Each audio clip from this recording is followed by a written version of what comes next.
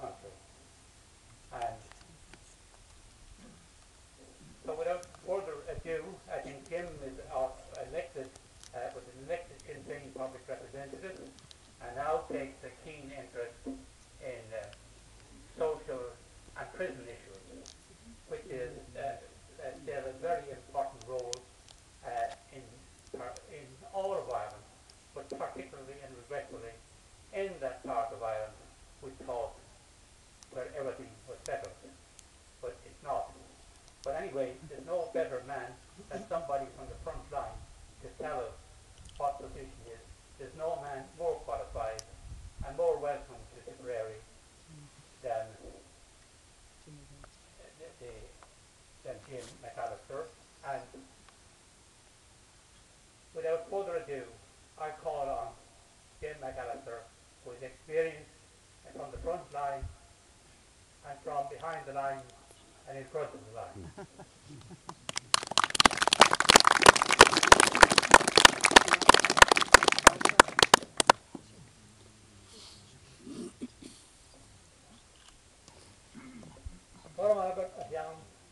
agus a dus bóithlam gur is mór an anal jom be in seo in jom in éanaach leven it Comóru agus an anras más a hotstó Liam a Lynch agus mar a bheart seán is cartúin be an seo cartúin be kibnahan Liam a Lynch agus éidsinn go dhéar a ridge agus a urbast or some station a hair or reading them later. It is an honour for me to be joining you here today in your commemoration of Liam Lynch and helping to honour and respect that memory, the memory of the man and the memory of his beliefs, the memory of his politics. And I think commemorations of our patriot dead in all parts of Ireland are extremely important. And I believe that the people who initially erected this monument here kept it up, reinvigorated it, keep the commemoration going year after year, and similar people throughout Ireland who do the same kind of work, in particular the National Graves Association. I think they are worthy of our praise and our commendation and our assistance anytime we can help them in any way we can.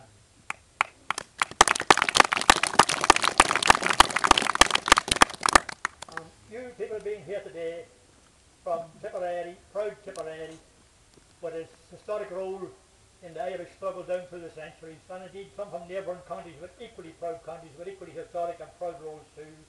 You being here, you make a statement that you don't forget Liam Lynch. You don't forget the man he was, nor do you forget what he believed in, why he fought and why he died. And as long as Liam Lynch is not forgotten, his beliefs are not forgotten, and as long as his beliefs and his ideals and his belief in the Irish Republic are not forgotten, we can eventually achieve that kind of a republic that Liam Lynch fought and died for. The dead are often brought to bear on the arguments of the living. People use the dead to back up their argument, and sadly, more often than not, they use them in the wrong way. They use them to back up something that the dead wouldn't have believed in at all. Like for instance, we take just to take somebody who say Bobby Sands. Somebody might say Bobby Sands would be proud to see the way we now have Stormont up and running and the way all of these things are going. But they could nowhere in Bobby Sands' writing, in his poetry, in his little booklets, they could never find a word he wrote which would back that up. Somebody else might say Bobby Sands would never even have considered backing up Stormont. They mightn't find a word to back that up either, but they certainly find nothing against it. Politicians have a habit of using people like, say, Wolfe Tone, Pierce Connolly. They use them to back up their arguments in ways that would horrify those men who gave their lives for their own particular vision of a worthwhile Ireland, a new and totally different Ireland. Patrick Cavan, the Inniskeen poet, Inniskeen, just as a matter of interest, is the next parish across Midland. And John probably knows that part of the world too when he was up that monthly visiting.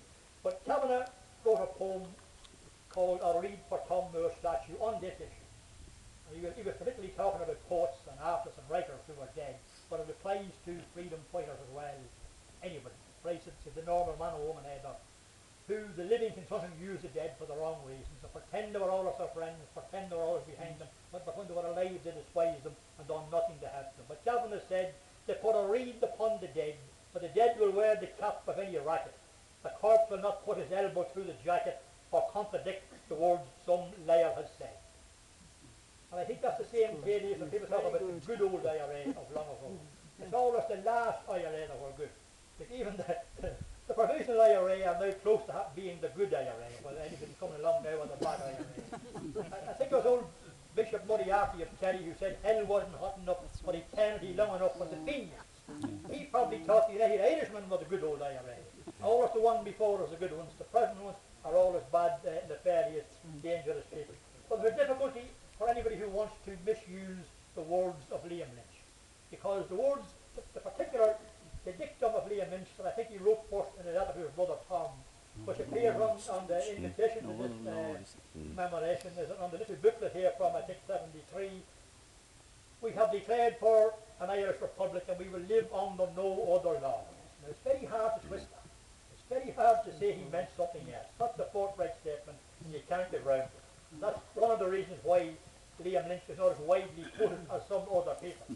And possibly also he may not be as widely quoted either because in his role as an IRA member, active fighting IRA man, not only an officer in the IRA, but a fighting man in the IRA, he was again forthright in what he done and in what he believed. And he believed that if he was going to fight, they had to fight and fight hard, and not pretend they were fighting and not put on some kind of a sham fight, or you know what I mean. So again, that maybe didn't suit the thinking from a later stage, or even for some of those who were his comrades at the time.